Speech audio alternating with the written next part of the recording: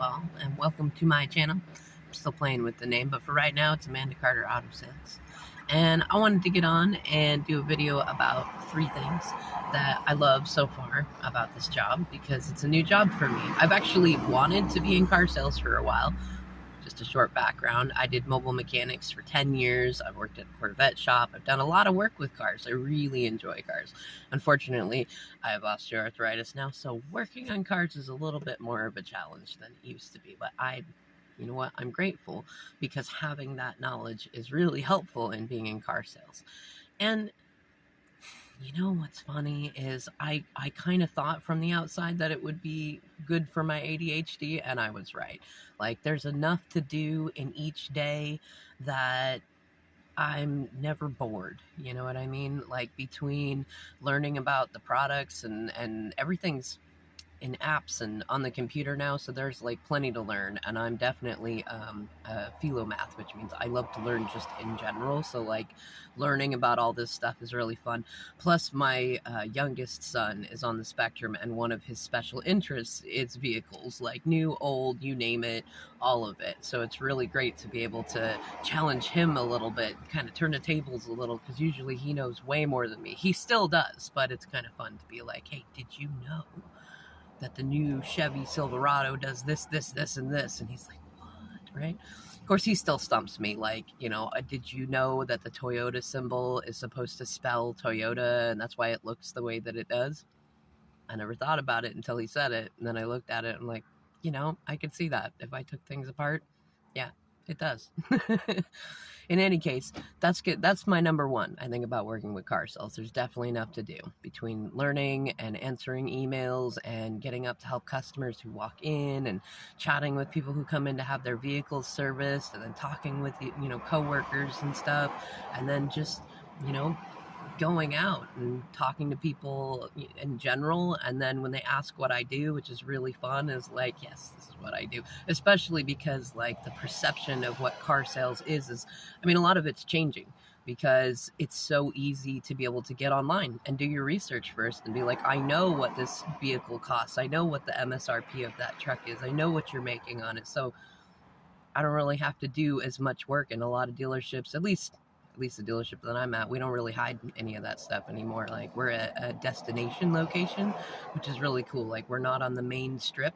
We're not too far off of it either, but we're not one of those places where too many people just like drive through just because they saw us on the side of a busy road, So they come to us because they've already looked at all the regular dealerships, and they're like, I'm gonna go to that little destination one over there. But it's really cool. Like, I like that we're very transparent, and as in car sales, that's something that I worried about. Like, I'm a very honest, moral person. My ethics are a big part of my ego, so I like to make sure that I can still live in that way, and I like that so far about this job where I'm at. And then number 2 is that I get to be a bit of a car detective, which, me and my sons, we very much like those detective noir type novels and things. And so it's like, say someone calls me and they're like, okay, I need a work truck, right? And my boss is willing to put in for it, and I've got this much, but it's just under what the typical price is, and they need a good truck. So I could just say, sorry, we don't have any. But why? Like, that's no fun, right? And I've got all these tools available to me. Like, I can search all the local, we have multiple dealerships in our own database, and then I can search others, and we can do things like we can trade other dealerships and bring stuff in. Like, it doesn't always work out, but it's, it's kind of a personal pleasure to be able to go and really dig and, like, follow the trail as far as I can, and figure out if I can help a customer get what they want, like get what they need too, because like valuable work truck or the right family vehicle or things like that, I like doing that part. I like digging in and being like, all right, I'm going to figure out how to help this customer get what they want. And sometimes, even if it's not with us, like, I'd still rather help someone and be like, okay, like, yeah, I'm not gonna get compensated on this one. However, I'm going to make sure that you get what you need, And I like that part, especially like digging in and learning, like, what is it that you really want? You want a 6-cylinder V8 SUV? All right. all right, I know this much about them at this moment in time, but I'm going to figure out everything I need to know, and I'm going to figure out where you can find one, right? And then lastly, I really like personally this job at this dealership, Dwayne Lane's Arlington, because it's more of a country store. Like it's not quite like the city stores that I was used to that I'd applied at in the past that were like, no, no, no, you don't fit our perfect image. And so like I like being at this store, and our clientele really reflects it too. Everybody's a lot more relaxed. There's not this need to go out and like pressure people to come in and buy something right now. Like, no, you know what? If you're just looking, that's fine.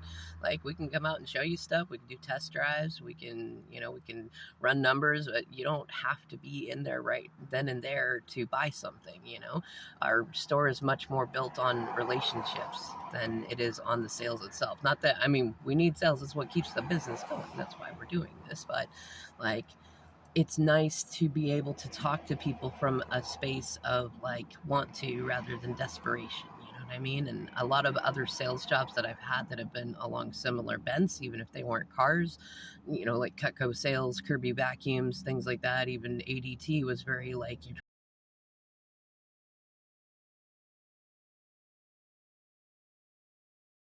stressful on both sides. So it's really nice having this job at this location where I can actually enjoy getting to know people, getting to hear their stories. Like that's another, I'm at number 4 is of my favorite parts is getting to hear people's stories. It's not their whole life story, but you hear a lot, it's like being a barber or a hairstylist or a bartender. Like, when someone comes in and they need a car, it's usually, I need it to work for my family. I need it to work for my job. I need to go to college. I need it to, safely carry my newly driving teenager. Like, there's history in there. And I mean, I don't know. I'm grateful to be able to hear that. Not everybody gets to hear people's stories in that for them and the right price for them, even if it's not where I'm working.